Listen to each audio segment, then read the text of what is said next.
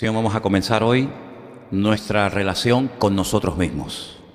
Ya estamos en el último punto, lo cual no quiere decir que sea la última enseñanza, el último mensaje de esta serie. Ya hemos tocado nuestra relación con Dios, hemos dado una lista, digamos, de obligaciones o de deberes que tenemos con los demás. Esa lista está publicada en el Facebook de la iglesia. Si no la tienen, pues la pueden pedir. Eso quiere decir que nuestra relación con los demás pues tiene mucho que ver por nuestra parte. Y créanme que estoy realmente abrumado de la cantidad de material que hay para hablar de este tercer punto, nuestra relación con nosotros mismos. Hay algunas cosas que yo voy a compartir hoy y en estas próximas semanas que en otros estudios, en otros momentos en los que compartí cosas relacionadas con este tema, yo ya las dije. Hay otras cosas que las voy a decir por primera vez, pero hay otras cosas que, si ustedes estaban aquí hace años, probablemente ya las escucharon en su momento.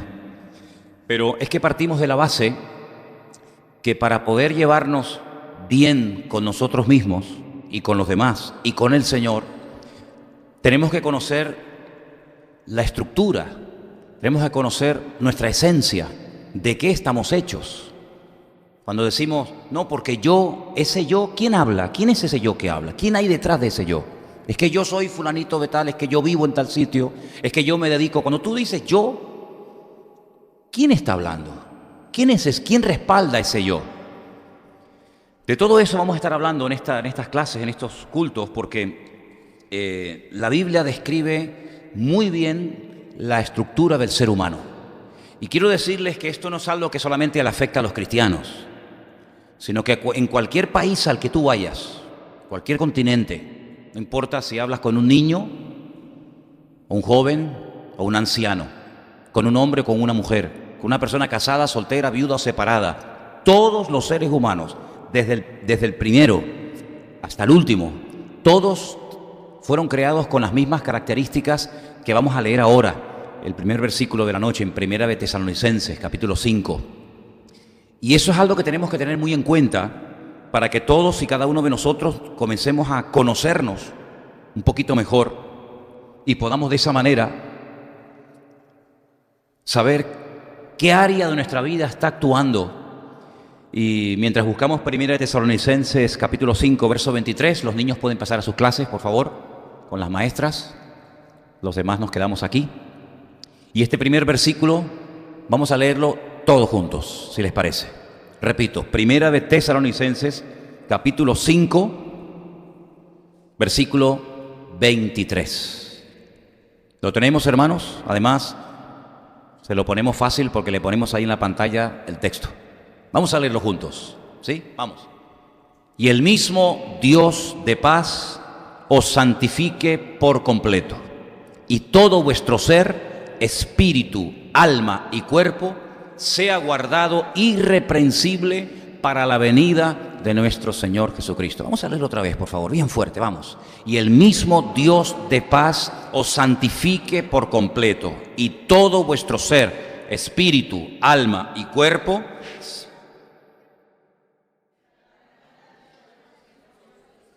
amén. Todos los seres humanos, absolutamente todos, los que existieron en el pasado, los que existen en la actualidad y los que aún no han nacido, todos los seres humanos tendrán cuerpo, alma y espíritu. Tenemos que conocer la función de cada uno de estos tres y cómo se relacionan y cuáles son los pros y cuáles son los contras. Y repito, no significa que porque una persona diga, bueno, pero yo es que no soy cristiano, yo no soy creyente, yo soy ateo, yo no creo de momento en nada, o creí y dejé de creer, no importa. Mira, incluso personas que tienen defectos físicos, ¿sabes? Personas que pueden ser cojos o mudos o ciegos, paralíticos, ¿verdad? Ellos también tienen un alma, un cuerpo y un espíritu. Puede ser que tengan problemas en la parte física. Incluso personas que tienen problemas mentales, personas que pueden tener un retraso, personas que pueden ser, que tienen síndrome de Down, o que son retrasados o tienen algún defecto mental, esas personas, aunque aparentemente parece que no te entienden y que no se enteran de nada, esas personas tienen espíritu, alma y cuerpo, absolutamente todos. Y tenemos que conocer cuál es la función del cuerpo, cuál es la función del alma, cuál es la función del espíritu. Y la Biblia proporciona, ya digo, muchísimo material. Sobre todo, lo que vamos a tocar en el día de hoy, de estas tres áreas, espíritu, alma y cuerpo, lo que vamos a tocar sobre todo es el tema del alma. La Biblia está plagada de cientos de versículos donde aparece la palabra alma. Ahora, ¿qué es lo que ocurre? Tenemos que hacer siempre la correspondiente aclaración. Hay varias palabras para referirse al alma. Curiosamente en hebreo no hay ninguna palabra para referirse a la palabra conciencia. Es curioso, ¿no?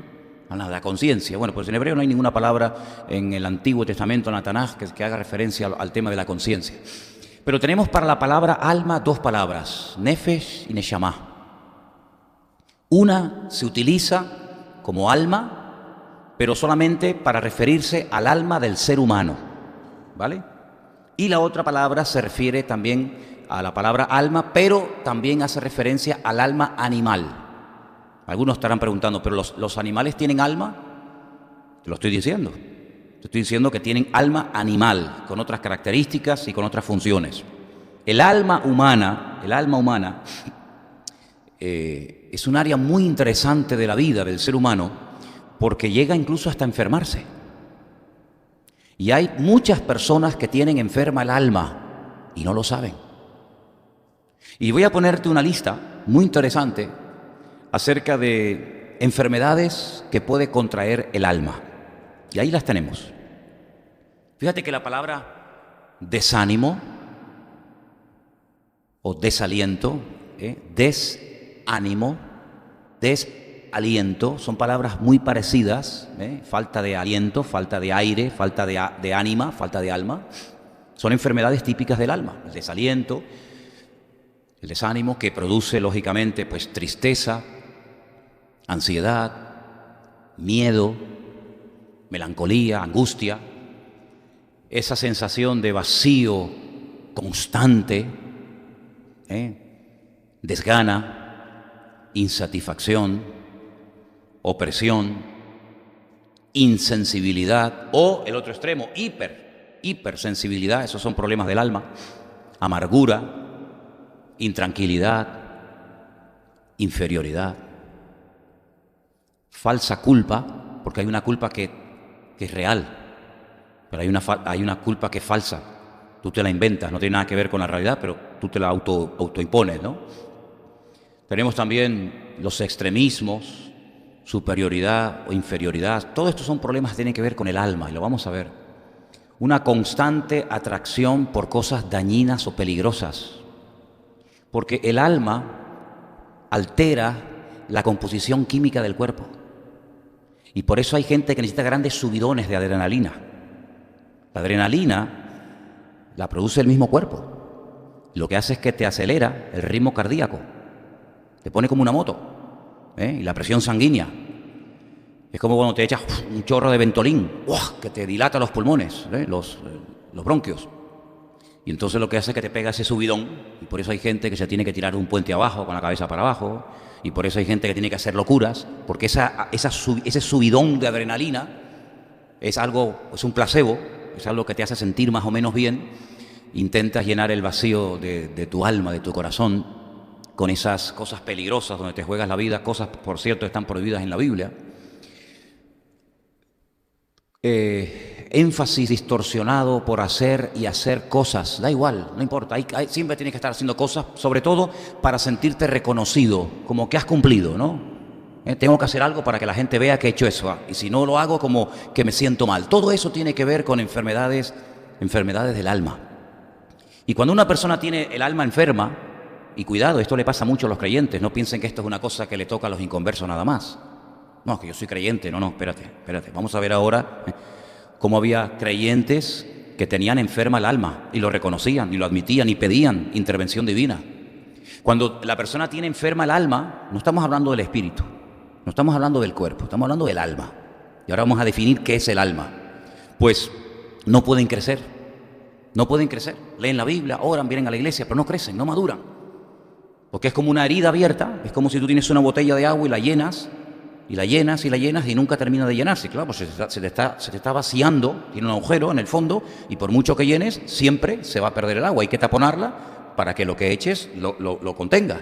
Entonces hay creyentes que no terminan nunca de crecer, de despegar, de madurar, porque tienen enferma el alma. Y cuando una persona tiene enferma ese área de su vida, pues no puede crecer, no puede madurar, no puedes tener estabilidad, tiene un problema emocional continuamente, problemas emocionales tremendos.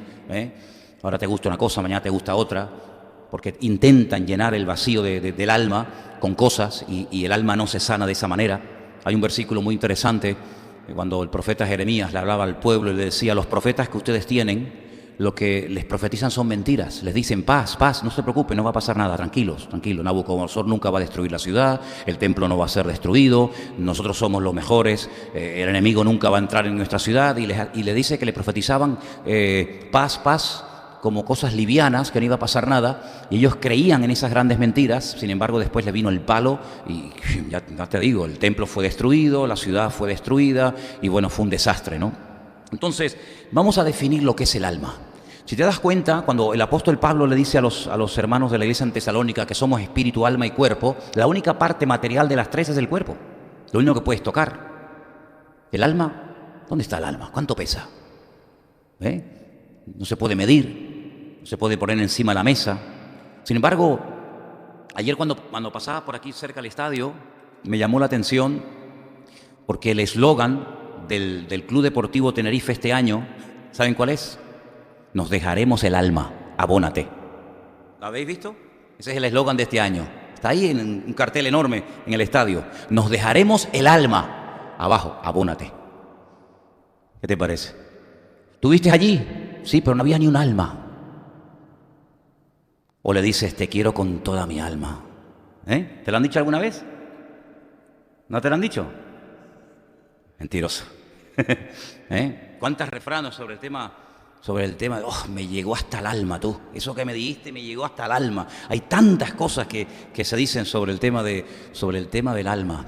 Pero es algo inmaterial, es algo que no podemos, como acabo de decir, ni medir, ni tocar, ni nada. Tengo una lista que la vamos a poner ahí en la pantalla, más o menos como de 12 datos o definiciones, un poquito para ver lo que es realmente el alma. Mira, en primer lugar, el alma es la esencia del ser humano, ¿sí? En segundo lugar, es algo inmaterial, no es algo físico, por lo tanto, nunca va a salir en una analítica, ni en una radiografía. Mira el alma dónde estaba, sino que es algo inmaterial, pero real. En tercer lugar, lo que no es accesible o asequible a los sentidos, ¿vale? Usa los sentidos, se manifiesta a través de los sentidos y del cuerpo, pero los sentidos no lo pueden tocar, no la pueden ver, no la pueden oler, ¿verdad? Esa palabra alma, nefesh, es el hálito de vida. Es decir, cuando el alma sale del cuerpo, la persona está muerta. Dice la Biblia que el cuerpo queda muerto, tiene todos los miembros, tiene todos los músculos, tiene todos los huesos, pero si no tiene el alma, está muerta. Luego, a veces la palabra nefesh se traduce, hay 780 versículos en el Antiguo Testamento donde aparece esta palabra, y a veces se traduce como vida. Es el aliento, es la respiración, es el principio animador del cuerpo, es mi ser interior, el yo personal, mi personalidad, es el asiento de las emociones, de las pasiones, de los apetitos, de la voluntad. Y algunos dirán, pero ¿eso no es el corazón? La Biblia no habla de eso. Que muchas veces la palabra nefesh o neshama tiene un montón de traducciones diferentes. A veces se traduce como corazón, por ejemplo, cuando dice al Señor, bueno, ¿y cuál es el mayor y más grande mandamiento? Y Él menciona el Shema. Amarás al Señor tu Dios con toda tu alma, con toda tu alma, con todo tu corazón y con todas tus fuerzas. Pero hay otro evangelio que añade la palabra mente. Y hay otros versículos que añade la palabra fuerzas o corazón, porque a veces se entremezclan, ¿verdad? Pero todo eso tiene que ver con el alma, el asiento de las emociones. Por eso una persona cuando está constantemente trabajando por sus emociones, lo que le está dando rienda suelta, lo que está dominando tu vida, tus decisiones, tus oraciones, tus pensamientos, tu vida, es el alma. No es otra área de tu vida que es la que tiene que dominar, sino es el alma. te dejas llevar por la pasión, por los apetitos, por los deseos. Es la vida de una persona que habita en un cuerpo. Número 11. El vínculo entre la materia y el espíritu, entre lo inmaterial y lo material. Y como alguien dijo, y es una forma muy poética de decirlo, es la torre desde donde observa el espíritu. Bueno, es interesante porque el mismo Señor Jesucristo una noche en el huerto de Getsemaní le dijo a sus discípulos, hoy, me llama mucho, dice, hoy, que fue el día que pidió oración, mi alma está triste hasta la muerte. Mi alma está triste. Luego, el alma puede llegar a producir y puede llegar a sentir tristeza. Y tengo una lista, no son todos, por supuesto, es una lista inmensa, aún no la he terminado, pero tengo una lista muy interesante acerca de versículos donde aparece la palabra alma. Y yo les voy a ir citando algunos textos, por si quieren tomar nota, no sé si la han hecho. El Salmo 23, versículo 3 dice que Él confortará nuestra alma. ¿Habéis leído ese versículo, no? Confortará mi alma, me guiará por valle de sombra y de muerte, aunque me ande por valle de sombra y de muerte, pero Él confortará mi alma. El Salmo 19, verso 7 dice que la ley, y la palabra que aparece ahí es la Torá, las instrucciones, los mandamientos del Señor, restauran y convierten, transforman el alma. Es muy bonito ese texto, muy interesante. Así que el alma tiene que ser rectificada, tiene que ser domesticada, tiene que ser transformada, la parte anímica. El Salmo 41, verso 4, habla acerca de la sanidad. Sana mi alma, decía el salmista, sana mi alma. Interesante, ¿no? El Salmo 42, del 1 al 2, dice, mi alma tiene sed. ¿Lo habéis leído ese salmo precioso, no? Mi alma, como el ciervo brama por las corrientes de las aguas, así clama por ti, oh Dios, el alma mía. Mi alma tiene sed de ti. ¿Cuándo vendré y me presentaré delante de ti? Decía el salmista, ¿verdad? El Salmo 97, verso 10 y el 121, verso 7, habla de que Él guarda las almas de sus hijos, de sus santos. Interesante. Salmo 107, 9, sacia y llena el alma. El Señor, por supuesto. Vimos en la historia que se ha leído esta tarde, la parábola, que aquel hombre cometió un error garrafal. Confundió la temporalidad de lo material con la eternidad del alma. Él pensaba que porque había prosperado materialmente, y de hecho tomó una buena decisión, dice, bueno, si no me cabe toda la riqueza y si no me cabe todo lo que tengo que hacer ampliaciones. Es como cuando José le dijo al faraón, mira, va a venir una abundancia tan grande que lo que tienes que hacer es tomar medidas y si tienes 10 graneros tienes que construir 1000 más, porque te va a venir tanta bendición y tanta abundancia que si no lo guardas la vas a echar a perder. Bueno, pues este hombre, imitando, vamos a decir así, entre comillas, el consejo que José le dio al faraón, pues él dijo, ensancharé los graneros y guardaré toda mi riqueza y le diré a mi alma, ahí estuvo el fallo. En lo anterior no, lo anterior estuvo bien, tomó medidas para guardar la riqueza, pero él confundió, él creía que con aquellas riquezas el alma estaba ya salvada y el alma no se iba a condenar, y entonces el Señor le dice, tú eres un necio, porque esta noche te vienen a pedir el alma y lo que has atesorado no te sirve absolutamente para nada. Luego los bienes materiales no traen restauración, ni sanidad, ni alivio al alma, sino a veces todo lo contrario. Porque hay un versículo que dice que las muchas riquezas no dejan dormir y descansar al rico. Los que no tienen nada no se preocupan por nada, pero los que tienen mucho se preocupan por lo mucho que tienen, por si acaso lo pierden o se lo roban o sabe Dios. Seguimos. Saca mi alma de la cárcel. Ese versículo es buenísimo.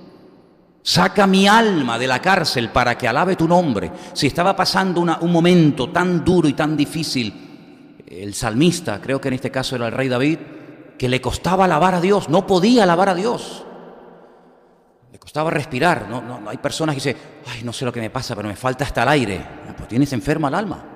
Desaliento, es falta de ánimo, falta del alma. Y entonces el salmista decía, tienes que hacer algo, tienes que sacarme de la cárcel para que pueda alabar tu nombre, porque aunque quiera no puedo, porque mi alma está encarcelada. Es interesante notar que hay un tipo de mujeres en la Biblia que se les llama o se las conoce como mujeres cazadoras de almas. Interesante esto, Cazadoras de almas. Proverbios 6:26. Y también dice que el alma sin conocimiento perece y se desenfrena. Otro versículo también de Proverbios. Encontramos en el libro de Proverbios muchos versículos que hablan del alma, muchos. Y me he dado cuenta de que hay proverbios que hablan del alma corrompida, del alma que defrauda, del alma prosperada, del alma que se regocija por el deseo cumplido, ¿verdad? Muchas sensaciones que puede llegar a sentir el alma. Mateo 11:29, el Señor Jesucristo ofrece descanso para el alma cansada.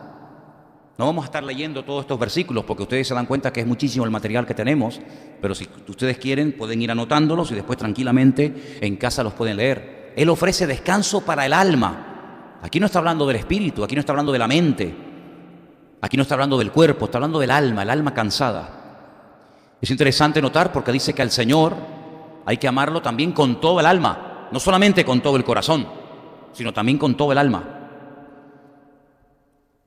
Primera de Tesalonicenses 5:23 hemos leído que tenemos que tener el alma santa y pura para la venida de nuestro Señor Jesucristo, no solamente el espíritu y el cuerpo, también el alma. Santiago 4:4 menciona un tipo de personas que dice que son de almas adúlteras. Interesante esto, ¿eh? Se puede ser un adúltero en el alma y se puede ser un adulto en el aspecto físico. Dice, ustedes son gente adúlteras en el alma. Interesante.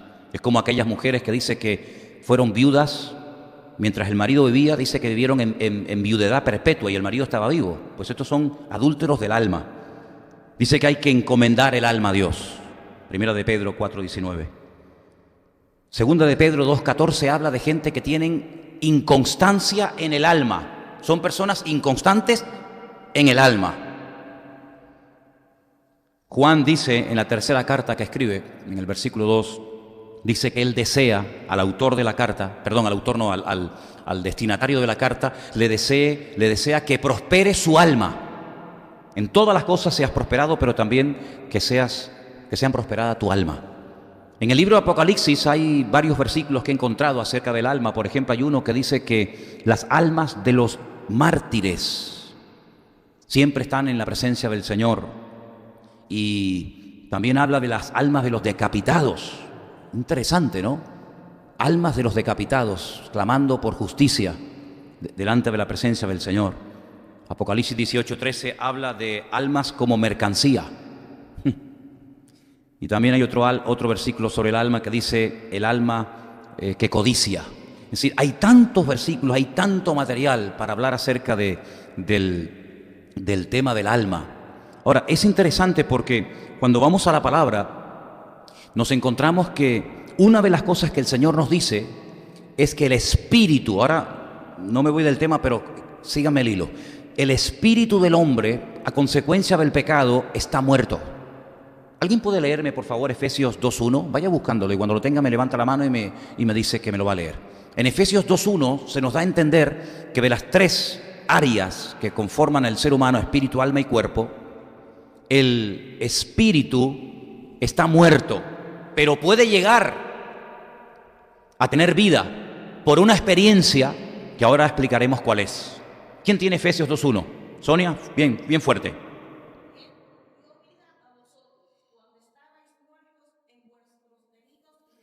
Él nos dio vida a nosotros. ¿Cuándo? Cuando estábamos muertos en nuestros delitos y en nuestros pecados. Es decir, que el pecado mató el espíritu. El espíritu es la parte a través de la cual el hombre puede llegar a tener relación con Dios.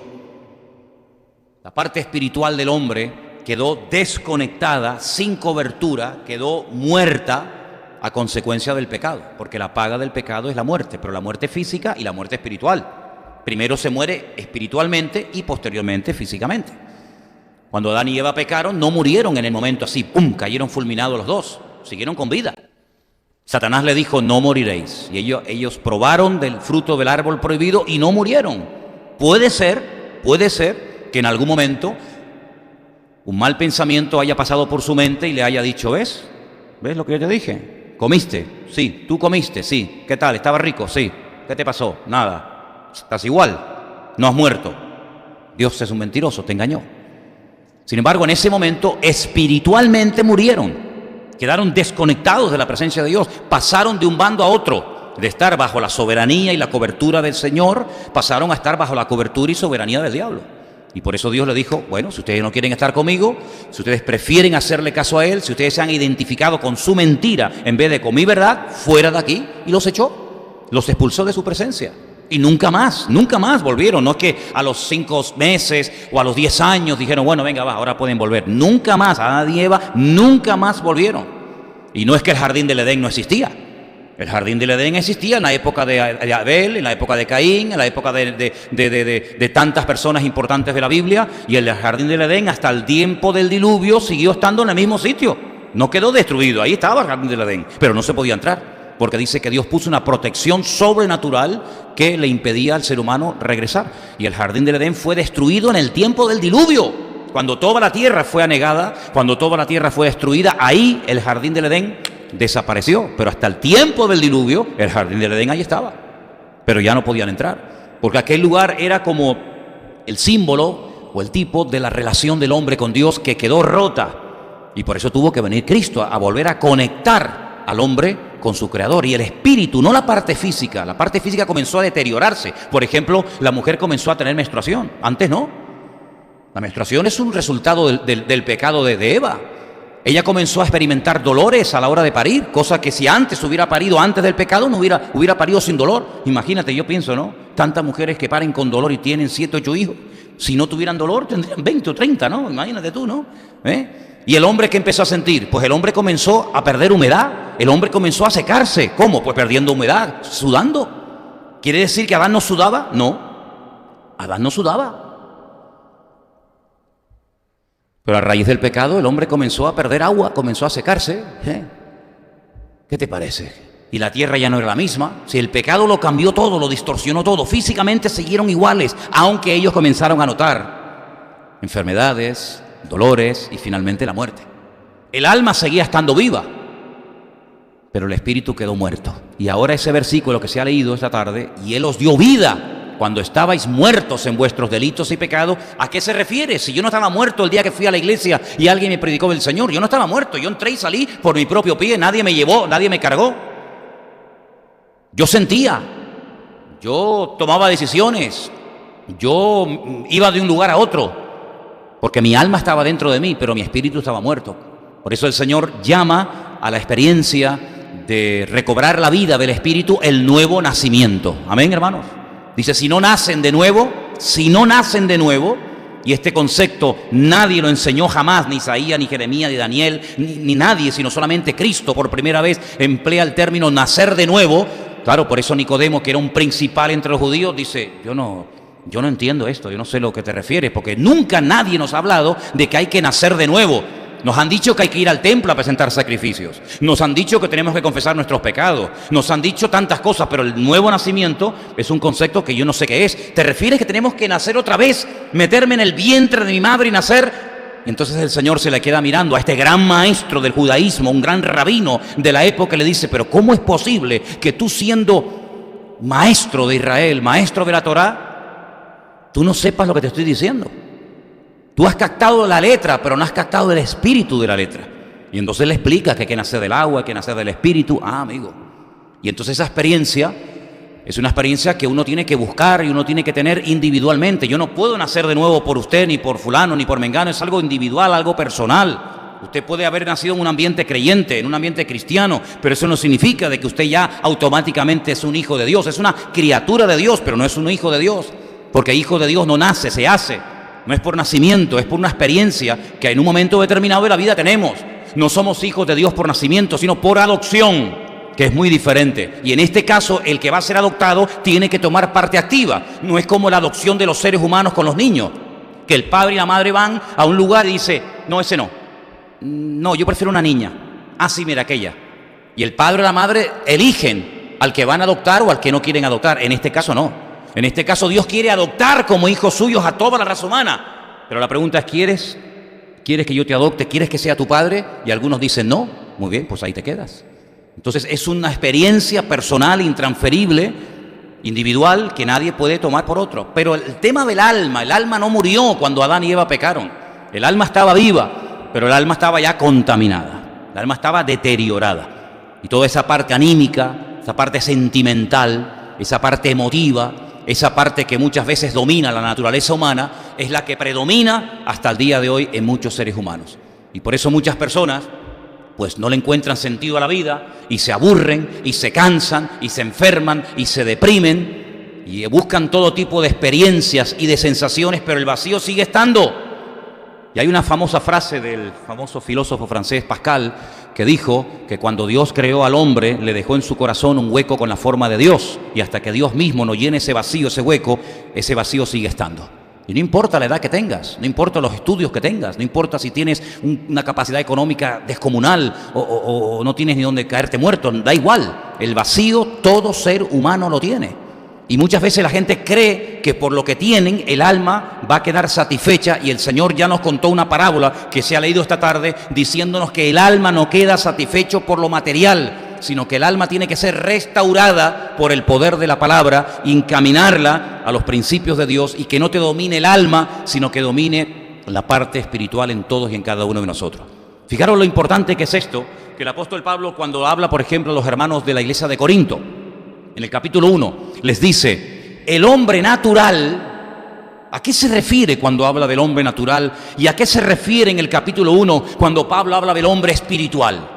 El hombre natural es el que no ha nacido de nuevo, el que tiene el cuerpo y el que tiene su alma, pero su espíritu está muerto porque no le ha entregado su vida a Cristo. Es un hombre natural, es un hombre que ve las cosas de la vida, ve la televisión, lee el periódico, va por la vida y él interpreta y él discierne las cosas de la vida desde una óptica, desde una perspectiva puramente humana. Oye, qué mal está el mundo, cuánta corrupción que hay, qué barbaridad, qué injusticia, qué sinvergüenza, mira qué ladrones, mira qué no sé qué. Y él todo lo interpreta, ¿verdad?, desde la parte de vista humana. Digamos que el hombre natural es el que tiene una óptica únicamente horizontal.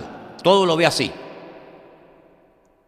O es porque papá fue malo, o es porque la mujer me abandonó y se fue con otro, o es porque el político este es un desgraciado y es un ladrón y no sé qué, o es porque... Y todo lo ve siempre de una óptica así muy natural. Todo tiene una explicación muy científica, todo tiene una explicación muy humana. Sin embargo, el hombre espiritual es la persona que tiene alma, lógicamente, que tiene cuerpo, evidentemente, pero que su espíritu ya no está muerto. Pero tiene otra percepción de la vida que dice, un momento, es que detrás de esa corrupción, detrás de esa guerra, detrás de este problema, detrás de esta circunstancia, hay factores espirituales que a veces dominan y controlan a los políticos, a las familias, a las naciones, a los gobernantes, y entonces te das cuenta que detrás de Nabucodonosor hay poderes espirituales que utilizan al títere de turno para traer tiranía al pueblo. Y te das cuenta que detrás del faraón, claro, si tú eres un hombre que no tienes una percepción y un discernimiento espiritual, tú dices, este es un desgraciado, este es un sinvergüenza que está haciendo un abuso del poder porque cualquiera le lleva la contraria al faraón.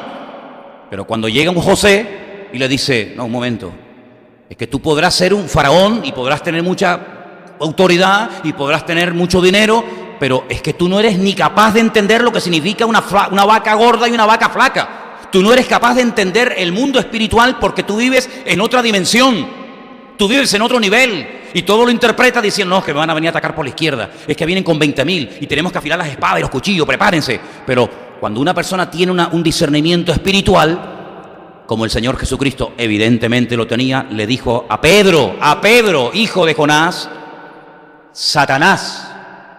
Y Pedro podía haber dicho, no, yo no soy Satanás, yo soy Pedro. No. Satanás, apártate de mí. Pero si está hablando Pedro.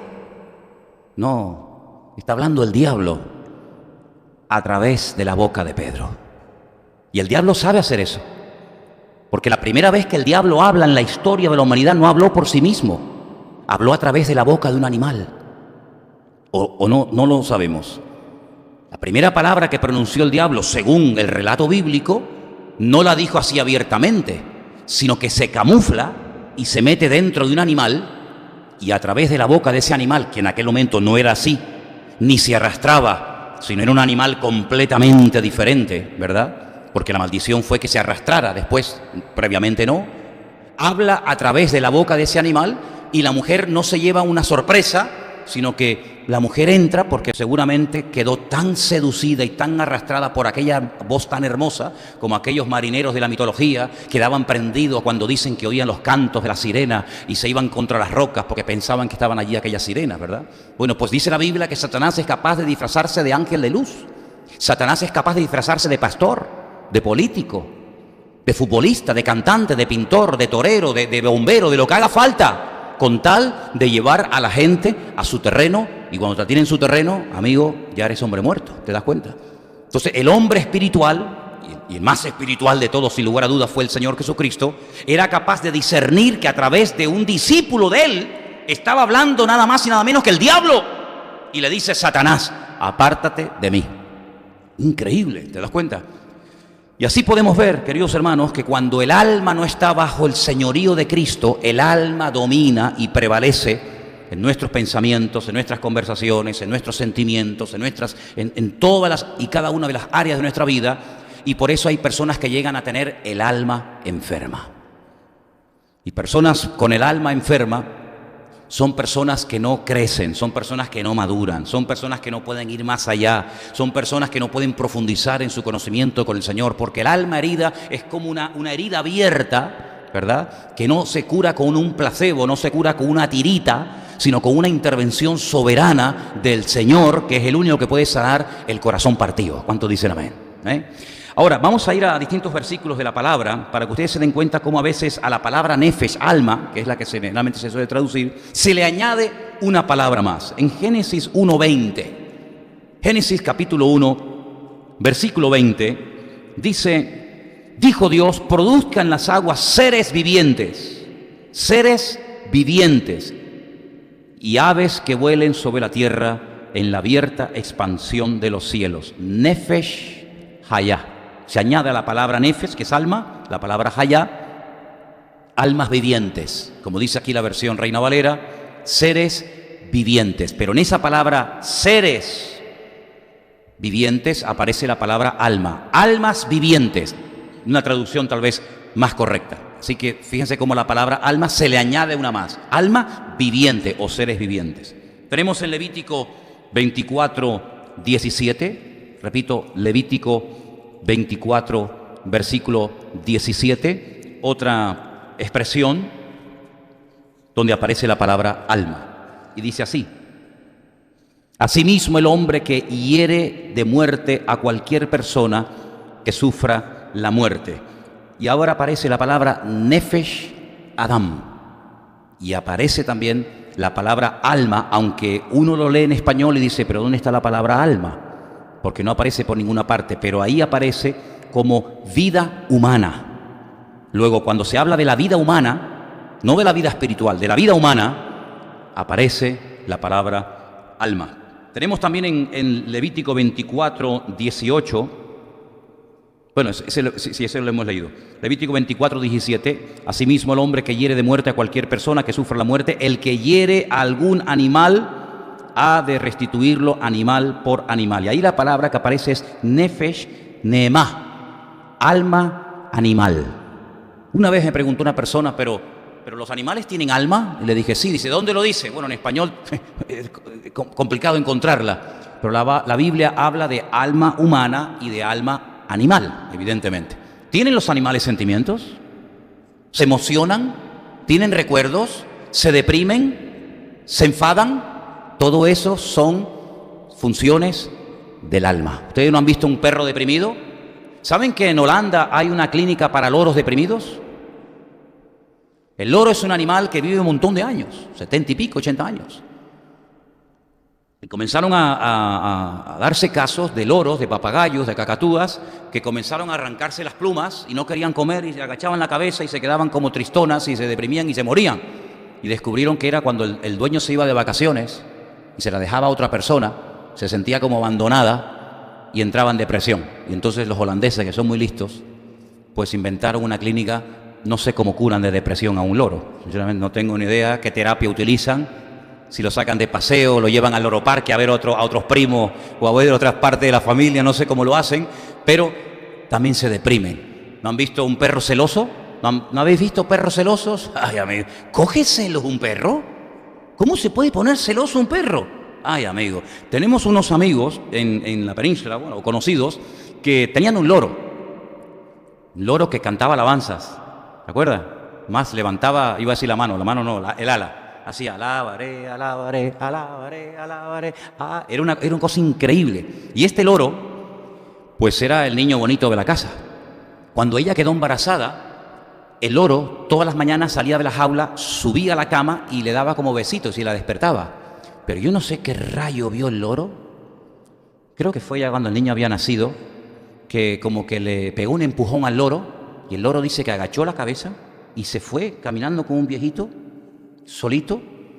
Pero amigo, al rato vino el loro, le metió un picotazo aquí a la hermana, a la chica, en el labio, se lo traspasó, y el marido, claro, si tiraba, le arrancaba el labio, tú imagínate, ¿eh? Pues dice que no lo estranguló al loro de milagro, de los celos que le cogió al chiquillo. Pues ya no era el número 1. Hay algunos que tienen espíritu de loro también, ¿eh? Ponen celosos cuando, ¿eh? Claro que cogen celos, y claro que se deprimen. ¿Cuántos perros van a la tumba del dueño y ahí se echan y no quieren comer, no quieren beber, se mueren de pena? Y eso es normal, es que esas son reacciones típicas del alma. Es un alma animal. Pero claro, si no tuvieran alma, primeramente que estarían muertos, pero en segundo lugar, no podrían ni desanimarse, ni deprimirse, ni enfadarse, ni ponerse celosos, porque son características del alma. Ahora, hay un autor llamado Maimónides, yo me he leído prácticamente todos sus libros. Es un hombre que nació en España, vivió en Córdoba, murió fuera de España, en Israel, y él tiene un libro muy interesante que habla acerca de la estructura del alma. Claro, si tuviéramos un médico, él nos podría hablar, nos podría dar conferencias impresionantes acerca del aspecto humano, ¿no? Y del corazón, y del hígado, y del pulmón, y de esto y aquello, ¿no? Pero en ese libro he encontrado cosas muy interesantes acerca de la estructura del alma, que no vamos a hablarla todas hoy, pero sí se las voy a mencionar, porque el próximo día, Dios mediante, vamos a hablar de ello. Y las 5 facultades del alma, demostradas bíblicamente, son las siguientes. Hay una facultad del alma que se llama o se conoce como la facultad nutritiva o vegetativa. Ya hablaremos de ella en su momento. Facultad nutritiva o vegetativa. La facultad sensitiva es otra característica del alma. La facultad imaginativa. Ay, amigo, hay gente que vive en el mundo de la imaginación. Es bueno tener imaginación, sobre todo los niños tienen mucha imaginación. ¿Por qué? Porque en esa edad el alma domina mucho sobre la naturaleza del crío. El niño se imagina cosas impresionantes y no es que el niño esté loco, es que el alma tiene la capacidad de imaginar y de conservar, incluso hasta llevar al terreno de la realidad, entre comillas, lo que imagina.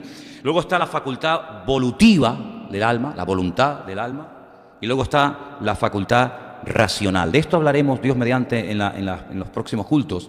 Porque una de las cosas que queremos con este tercer punto de relacionarnos con nosotros mismos o conocernos a nosotros mismos, es preguntarnos muchas veces, ¿por qué me pasa a mí esto? ¿Por qué yo soy así cuando yo no quiero ser así? ¿Hay alguna gente aquí así? No respondan. Gente que dice, pero si yo en el fondo quiero ser abierta y llevarme bien con todo el mundo, pero no me llevo con nadie, ni siquiera conmigo. Hay algunos que no se pegan cachetadas a ellos mismos porque les da vergüenza, si no hasta la harían, ¿verdad? Hay gente que dice, pero yo ¿por qué voy como una temporada bien y de repente me entra un bajón, me entra un desánimo, me entra una cosa un no sé qué, que no sé ni cómo definirlo ni cómo llamarlo? Todo eso, queridos hermanos, tiene que ver muchas veces con el aspecto del alma, con la parte emocional, no con la parte espiritual, porque la parte espiritual, que ya hablaremos en su momento, se va desarrollando con el estudio de la palabra, con nuestra relación con el Señor, es un día a día, es un trabajo diario, pero el alma, queridos hermanos, nos lleva dominando toda la vida. Yo no sé cuándo usted nació de nuevo, yo no sé desde cuándo tú eres, vamos a decir, no me malinterprete, un hombre, una mujer espiritual. Me refiero que tú ya has nacido de nuevo, has tenido tu encuentro con Cristo. Puede ser que hace un año que tuviste esta experiencia, pero a lo mejor tienes 40 años. Quiere decir que durante 39 años tú no fuiste una persona dirigida por el Espíritu. Entonces, ¿quién te dirigía a ti? El alma. Es decir, que hay personas que han llevado más tiempo bajo el dominio o en el terreno del alma que en el terreno del espíritu. Y ahora, ¿cómo hago compatible? ¿Cómo hago que prevalezca la parte espiritual por encima de mi parte anímica? Hay personas que la nostalgia, el recuerdo de algo, nunca se va de su vida. Y claro, lógicamente, el ser humano tiene la capacidad de recordar. Pero el recuerdo no puede ser un tormento, porque cuando uno espera volver al recuerdo del pasado puede llegar a tener una herida en el alma que te puede llevar a la depresión más profunda. Vives, tienes nombre de que vives, pero estás muerto, le dijo el Señor a una congregación entera en el libro del Apocalipsis.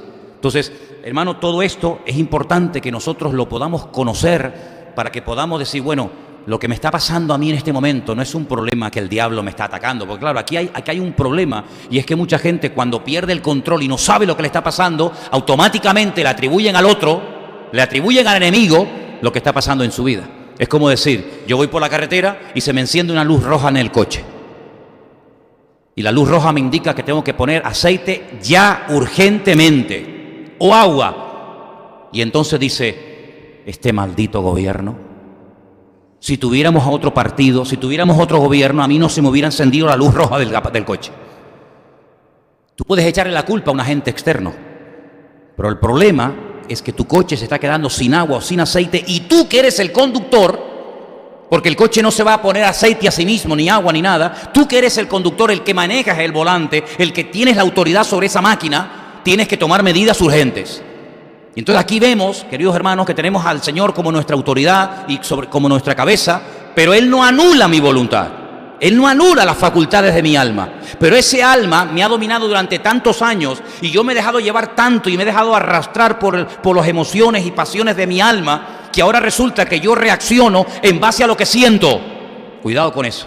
Hay gente que reacciona en base a lo que sienten, y la pregunta es, ¿y si no sintieras eso, reaccionarías o te comportarías igual? Tan complejo todo esto, ¿verdad, hermanos? Tan complejo todo esto.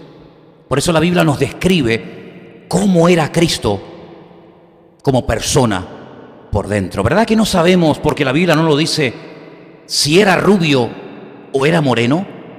Cada uno se lo imagina, ¿verdad? Dice, no, Jesús era moreno. No, pues yo me lo imagino rubio. Rubio, Señor, rubio, por favor. Pues yo me lo imagino alto. Otro dice, yo no creo que fuera tan alto tú. ¿Y tú crees que era flaquito? Cada uno tiene una imaginación diferente. El alma, ¿verdad? Se va a rienda suelta, amigo. Porque la Biblia apenas te da aspectos físicos de Cristo. Pero ¿cómo era Él? La Biblia está plagada. No hay una máquina que haga así, ¡pum!, y te saque una fotografía del alma. Hay máquinas que te sacan fotografías del cuerpo, de lo externo, de lo material. Y ahí tenemos, mira qué foto me saqué. Hay gente que está obsesionada, ¿no? Venga fotos, y así, y asado, y de todos los lados, ¿no? Ya no saben ni cómo ponerse. Y tenemos máquinas hoy en día que sacan fotografías de dentro de tu cuerpo, las famosas radiografías, ¿no? Y los escáneres y todo eso. Pero se ha inventado la máquina que fotografía el alma, el estado anímico, ¿verdad que no? Pero la Biblia es un libro extraordinario que, permítame la expresión, le sacó una fotografía a la esencia de Cristo. Y encontramos en las bienaventuranzas, ¿verdad?, la descripción de la naturaleza humana de Cristo. Cómo se emocionaba, cómo lloraba, lo que sentía, lo que le hacía estar bien, lo que le hacía estar triste.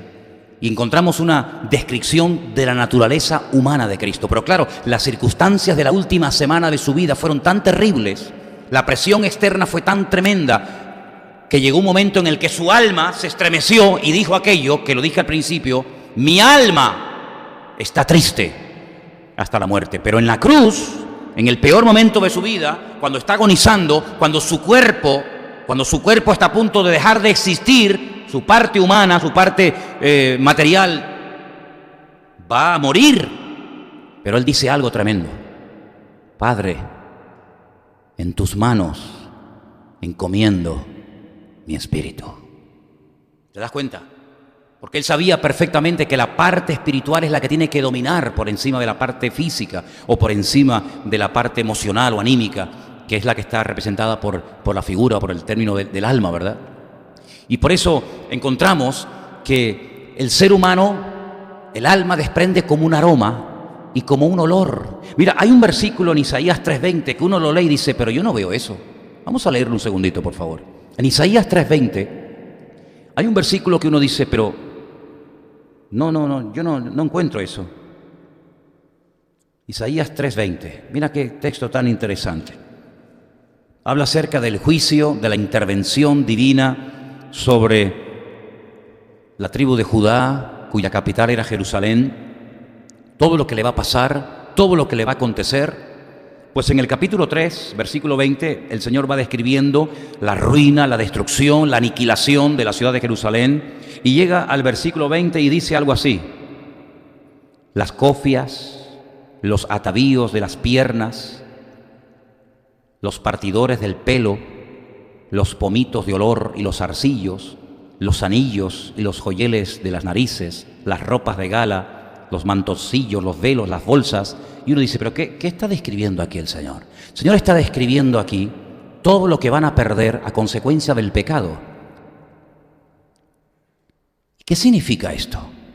¿Para qué menciona las pulseras, los anillos, los frasquitos de perfume?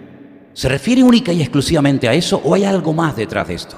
Es como la descripción, dice, acuérdate, joven, de tu Creador en los días de tu juventud antes de que vengan los días malos, ¿verdad? Y te habla de las ventanas, te habla de la cuenca de oro, te habla de tantas partes del cuerpo humano, de cómo se van a ir deteriorando, de las muelas, etcétera. Bueno, pues aquí exactamente igual. Y cuando llega y dice estos frasquitos de perfume, ahí menciona la palabra alma. Ya sé que en español no se ve por ningún lado, pero cuando habla acerca de esos frasquitos que llevaban las mujeres para ponerse perfume en cualquier momento, ahí aparece la palabra alma. Y es que el alma desprende un aroma, desprende una fragancia de vida o de muerte. La Biblia dice que para el Señor los que se pierden desprenden olor de muerte para muerte. Pero los que se salvan, esto es a nosotros, desprendemos olor de vida de Dios, de vida del Señor en nuestros corazones. Y por eso, amados hermanos, el diablo es como un perro sabueso, que te esconda donde te esconda, sabe dónde estás, porque tu alma, tu vida, desprende al mundo espiritual. Es igualmente con el Señor. ¿Dónde te vas a esconder del Señor si el Señor siempre te va a tener localizado? Si es que llevas dentro, ¿sabes? Como cuando roban un coche oficial. Tú robas un coche de la policía y te van a encontrar sí o sí, porque el coche de la policía tiene un chip que saben en todo momento dónde está, o una ambulancia, o una guagua, muchísimos vehículos y cosas tienen ese chip que saben en todo momento dónde se encuentra. El ser humano tiene en su interior, tiene un chip, tiene algo que el diablo lo sabe localizar y el Señor sabe dónde te encuentras. Y por eso dice el salmista, ¿dónde me esconderé de tu presencia? Y el alma y el espíritu del ser humano es esa parte inmaterial que Dios ha puesto en todos y en cada uno de nosotros para demostrarnos que la vida es mucho más que lo que tenemos o tocamos o sentimos o vemos. Usted puede presentarme un pensamiento, usted puede mostrarme el amor que tiene hacia su hijo, hacia su mujer, hacia su marido, ¿verdad que son cosas inmateriales? Pero qué reales que son, ¿eh?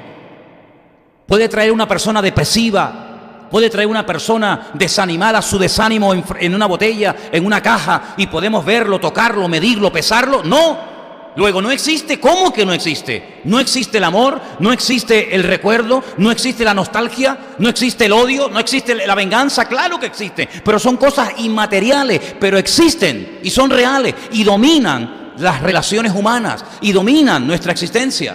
¿Por qué? Porque el ser humano es mucho más que materia.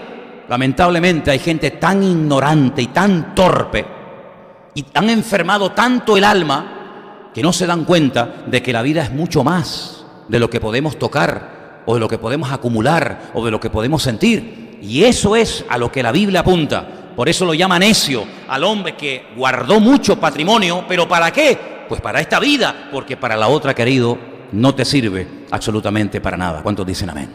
Quiero que vayamos a algunos versículos en esta noche. Segunda de Samuel, capítulo 16, verso 14. Segunda de Samuel, 16, versículo 14. Vamos a leerlo.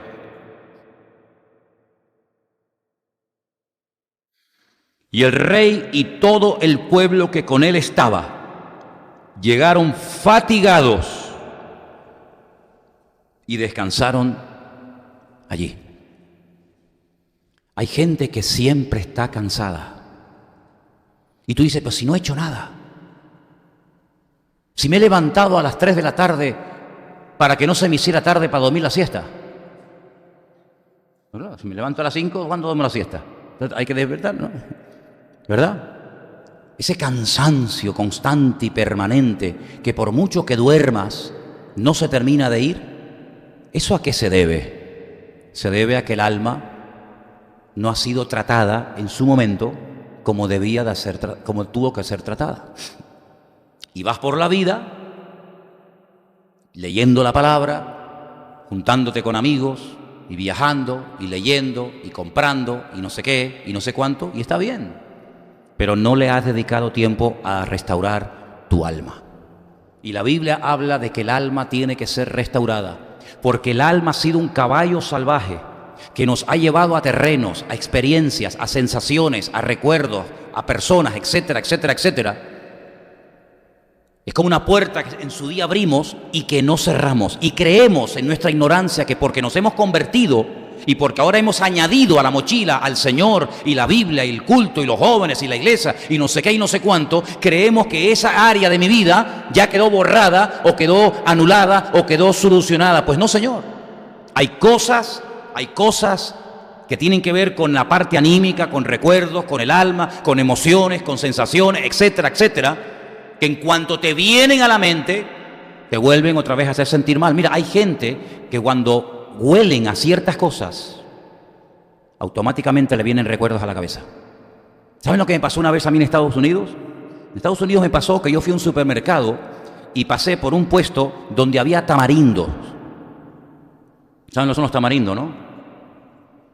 Yo no había comido esa fruta, el tamarindo, en años. Pero cuando yo pasé por ese puesto, yo lo olí y yo cogí uno y lo comí. Enseguida me vinieron los recuerdos de mi infancia, cuando yo vivía en Venezuela.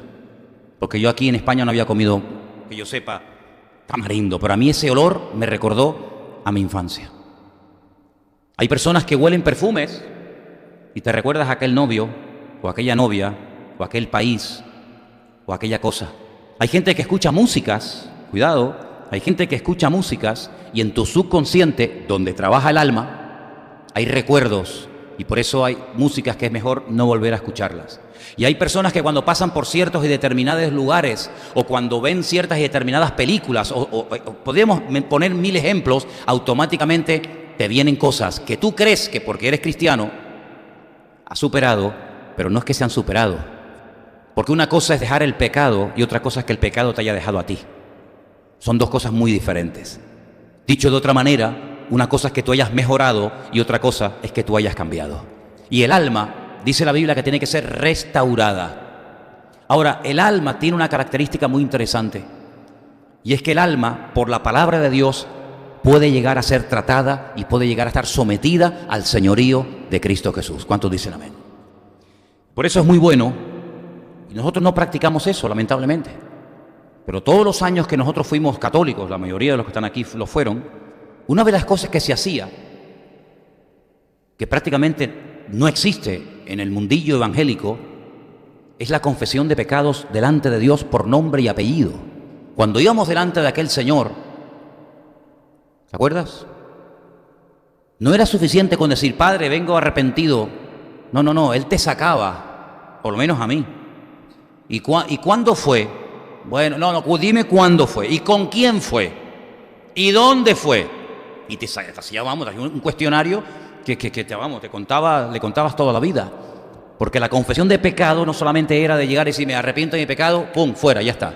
Sino que había que confesarlo con el deseo de no volver nunca más a cometer ese pecado. Y eso aquí en la iglesia evangélica se ha perdido. Hemos llegado a convertir la conversión en algo tan simplón y tan fácil que creemos que porque una persona levante la mano en un culto y repita una oración ya es salvo, ya ha pasado de muerte a vida, ya está todo solucionado. Y eso no es verdad. Eso no es verdad. Hay cosas que hay que confesar, hay cosas que hay que declarar, dejarla. Hay cosas que hay que decir, yo pequé en esto y en aquello. Y quiero arrepentirme delante de Dios y no ser tan genérico y no ser a veces tan ingenuo y creer que por repetir una oración que no está ni en la Biblia, la famosa oración del pecador. ¿Dónde rayo está la oración del pecador en la Biblia? ¿Cómo se convertía la gente en la Biblia? Pero yo no veo a Pedro, a Pablo, a Santiago, a Juan diciendo, a ver, levanten la mano. ¿Cuántos quieren aceptar al Señor? Repitan conmigo, Señor Jesús, vengo a ti arrepentido, pero en esta tarde, aquí. Yo no veo eso por ninguna parte. La conversión era algo mucho más profundo que eso. Es un trato directo con la persona. Nuestra naturaleza humana nos ha dominado tanto tiempo. Hemos hecho tanto tiempo la voluntad de la carne, la voluntad del alma, que ahora cuando llegamos al Señor nos cuesta subirnos al carro y nos cuesta cambiar del modelo y la filosofía de vida. ¿Por qué? Porque tu alma te ha estado dominando durante toda tu vida. Tú has sido un esclavo de las pasiones bajas de tu alma. Y no hablo de pecados vergonzosos, sino hablo a veces de cosas que Cristo no haría. Bueno, pues todo lo que Cristo no haría es lo que al alma le encantaría hacer y dominarte a ti. Y por eso tenemos que pedirle al Señor que ese área de la vida tan importante sea sanada y restaurada para que ahora no vivas por sentimientos, no vivas por emociones, no vivas por malos recuerdos, sino vivas guiado por el Espíritu. Porque los que son hijos de Dios, estos son guiados por el Espíritu de Dios, dice la Biblia. El alma es engañosa, el corazón es perverso. Hoy siento una cosa, mañana siento otra. Los sentimientos, las emociones son como la arena del mar. Sopla y sabe Dios dónde está ese granito de arena. Ahora estaba aquí, mañana está allá y mañana sabe Dios dónde. Por lo tanto, el creyente no tiene que ser guiado por emociones, por pasiones, por sentimientos, por yo siento, yo creo, a mí me parece, sino tiene que ser guiado, como dice la Biblia, por el Espíritu de Dios. Porque dice la Biblia que esos son hijos de Dios, los que son guiados por el Espíritu de Dios. Pero ¿cómo van a ser guiados por el Espíritu de Dios si su espíritu no está conectado al Espíritu de Dios? Claro, en español, en nuestro idioma en el que trabajamos y nos movemos, resulta que nos encontramos muchas veces en la Biblia la palabra espíritu con mayúscula y la palabra espíritu con minúscula. Y uno dice, bueno, me imagino que cuando pone espíritu con mayúscula se referirá al Espíritu de Dios. Y cuando pone espíritu con minúscula, pues se referirá al espíritu humano. Pero, ¿sabe? Muchas veces no es así. Muchas veces no coincide. Porque yo he estado leyendo un montón de versículos en esta semana donde muchas veces al espíritu humano se le pone con mayúscula. Cuando dice la Biblia, Padre, en tus manos encomiendo mi espíritu, ¿eso qué va? ¿Con mayúscula o con minúscula? Habrá que ir al original. Habrá que ir a lo que dijo Cristo. ¿O Cristo no tenía espíritu? Porque si no tenía Cristo espíritu, ¿qué es lo que tenía? ¿Solamente alma? ¿Solamente cuerpo? ¿Qué espíritu fue el que él le entregó al Padre? Claro, por eso en los textos originales, tanto en griego como en hebreo, hay palabras específicas para referirse a lo que verdaderamente quiso decir el Señor. El ruaj es espíritu. Sí, pero yo tengo ruaj, y tú, y todo ser humano. Pero cuando habla del Ruach HaKodesh, ya es lo que llamamos o conocemos como Espíritu Santo, ¿verdad? Cuando dice el Señor a la samaritana, mira, ustedes adoran lo que no saben. Ustedes adoran cualquier cosa. Está haciendo referencia cuando adoraban los becerros de oro, ¿se acuerdan? Aquellos becerros que levantó Jeroboam, que le dijo, estos son vuestros dioses, no bajéis a Jerusalén a adorar a Dios. Aquí están vuestros dioses, no hace falta que bajéis allí. Ustedes adoran lo que les digan. Nosotros, los judíos, adoramos lo que sabemos. Y le dice a ella, porque la salvación, lo dijo el Señor a la samaritana, Juan capítulo 4, la salvación viene de los judíos. Se lo dijo él a ella. Y ha llegado el momento cuando ni en este monte ni en aquel monte. Va a llegar el momento, y el momento ha llegado ya, cuando el Padre busca adoradores que le adoren en espíritu y en verdad. Y ahora ese espíritu, ¿cómo lo ponemos? ¿Con mayúscula o con minúscula? Ay, amigo, ¿te das cuenta el lío que nos montamos muchas veces? Los traductores de la Biblia, el lío que montan muchas veces cuando dice, si quiere que le adoren espíritu y en verdad, se refiere a mi espíritu, se refiere a su espíritu. Cuando vas a Romanos capítulo 8, te dice que el espíritu, y ahí lo pone con mayúscula, en Juan 4 lo pone con minúscula. ¿De qué quedamos? En Romanos capítulo 8 dice que el Espíritu, mayúscula, intercede por nosotros con gemidos indecibles, y ahí está haciendo referencia al Espíritu Santo. Y en Juan 4, cuando le dice hay que adorar en espíritu y en verdad, lo pone con minúscula. Te das cuenta cómo a veces no solamente es cuestión de leer, sino de estudiar y saber realmente lo que quiso decir el Señor. Entonces lo que quiere el Señor mostrarnos a partir de este estudio que comenzamos hoy es que nos quiere elevar a un nivel superior en cuanto a nuestra relación con el Señor. Todos y cada uno de nosotros tenemos una parte anímica, tenemos una parte emocional, una parte sentimental. Y eso no es malo. Si yo siento, si yo recuerdo, es porque el Señor me ha dado la capacidad de poder sentir, de poder recordar, de poder tomar decisiones, pero cuidado. Ahora nosotros ya no vivimos para nosotros mismos. Ahora tenemos a un dueño, a un Dios, una cabeza, una autoridad, que es el Señor. Y ahora yo no le informo a mi Señor lo que siento o lo que creo que voy a hacer. No. Ya esa etapa de mi vida se acabó. Esa es la parte anímica, esa es la parte del alma. Voy a hacer esto y aquello. Hermanos, quiero que oren por mí porque mañana voy a hacer esto y aquello. ¿Quién lo va a hacer? ¿Quién te ha dicho que lo hagas? ¿Y quién te ha dicho que se tiene que hacer así? A lo mejor es al revés de lo que tú has decidido. Es el alma la que está dominando, la que está controlando. Sin embargo, cuando el Señor Jesucristo, que sabía la Biblia de memoria, porque Él era la Biblia encarnada, imagínate el nivel. Cuando Él llega al Padre le dice que no se haga mi voluntad, sino la tuya. Yo pregunto y termino, si en ese momento se hubiera hecho la voluntad del Señor, ¿hubieran salido las cosas como tenían que salir? ¿O hubiera ocurrido algo totalmente diferente a lo que leemos en los últimos capítulos del Evangelio de Mateo, Marcos, Lucas y de Juan?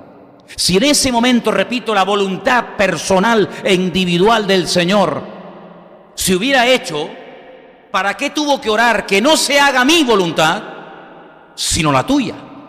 Porque Él reconoció, Él discernió que en ese momento, si se hacía su voluntad como ser humano, si se hacía su voluntad propia y personal, los acontecimientos iban a ser muy diferentes. Probablemente no se hubiera dejado prender. Probablemente no hubiera sido necesario que Pedro le cortara la oreja al siervo del sumo sacerdote. Seguramente no hubiera ido a la casa de Caifás a ser interrogado y posteriormente a la fortaleza de Antonia donde vivía Poncio Pilato, y no se hubiera dejado, dar con el látigo. Seguramente los acontecimientos hubieran sido muy diferentes. Y era Cristo, era el Señor Jesús. Pero Él reconoció que su voluntad en ese momento no era la correcta. ¿Y qué hizo? Ahí chocaron los trenes, ¿verdad? Es como cuando un tren viene en una dirección a toda velocidad y por la misma vía viene otro tren a toda pastilla. Si chocan los dos trenes va a ser un desastre. Uno de los dos tiene que frenar. Uno de los dos tiene que cambiarse de vía urgentemente para dejar pasar al que tiene que pasar. Y en ese momento Cristo hace algo que a mí, de verdad, como creyente, me llena de gozo y de alegría, ver que mi Señor Jesucristo, el que nunca había pecado, nunca había pecado hasta ese momento, ni nunca pecó, hizo algo increíble. Renunció, puso por tierra su voluntad y dijo que no se haga mi voluntad, sino la tuya. Si tuvo que tomar una decisión que cambió el rumbo de la historia.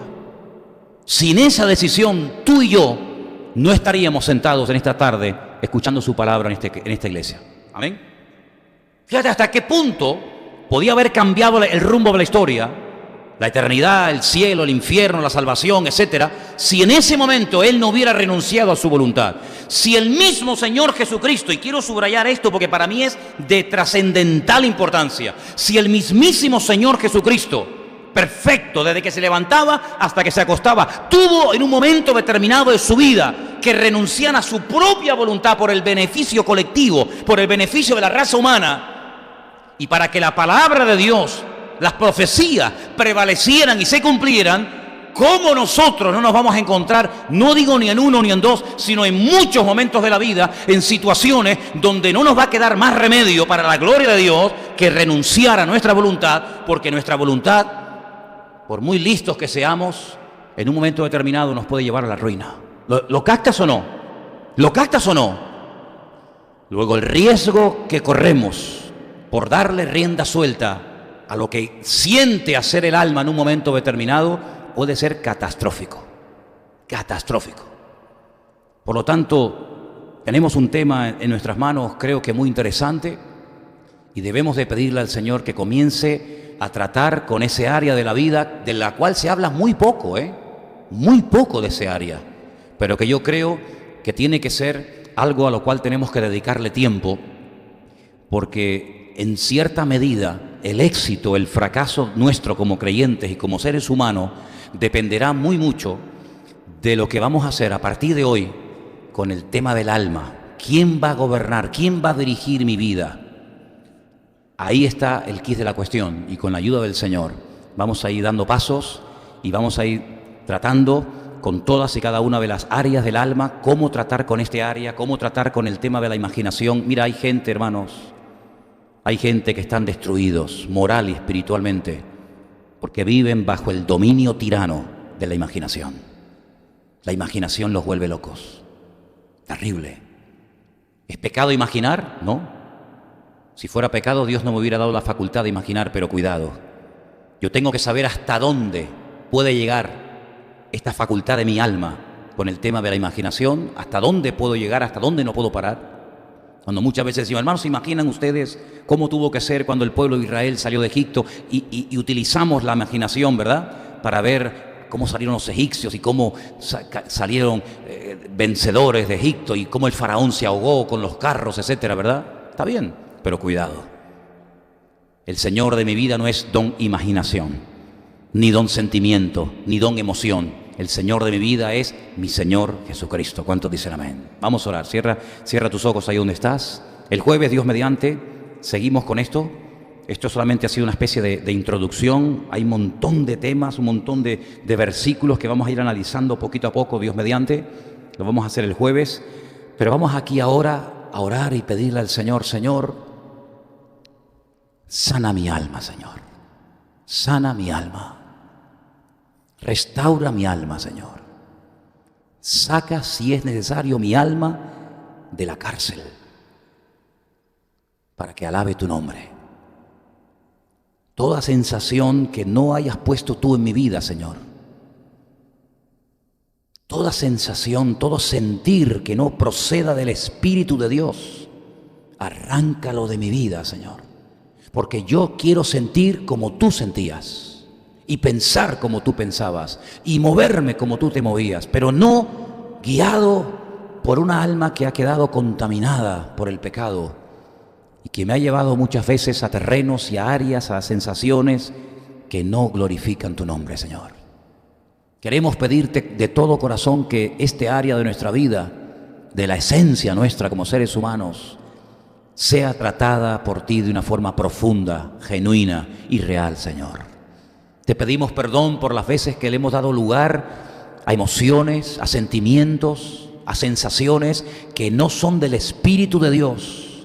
Son producto de la carne que utiliza las pasiones bajas y a través del alma y del cuerpo se manifiestan y se hacen notorias y que no te dan gloria a ti, Señor. En el nombre de Jesús, sana nuestro ser más profundo, Señor. Trabaja en mi ser más profundo, en esa parte inmaterial pero real de mi vida, para que todo mi ser, espíritu, alma y cuerpo esté guardado irreprensible, santo y puro, hasta la venida, la manifestación de mi Señor Jesucristo, Señor. Te lo pido con todo mi corazón que a partir de hoy me tome en serio este área de mi vida tan importante, de tanta influencia y repercusión, que yo pueda verdaderamente, Señor, vivir en libertad, disfrutar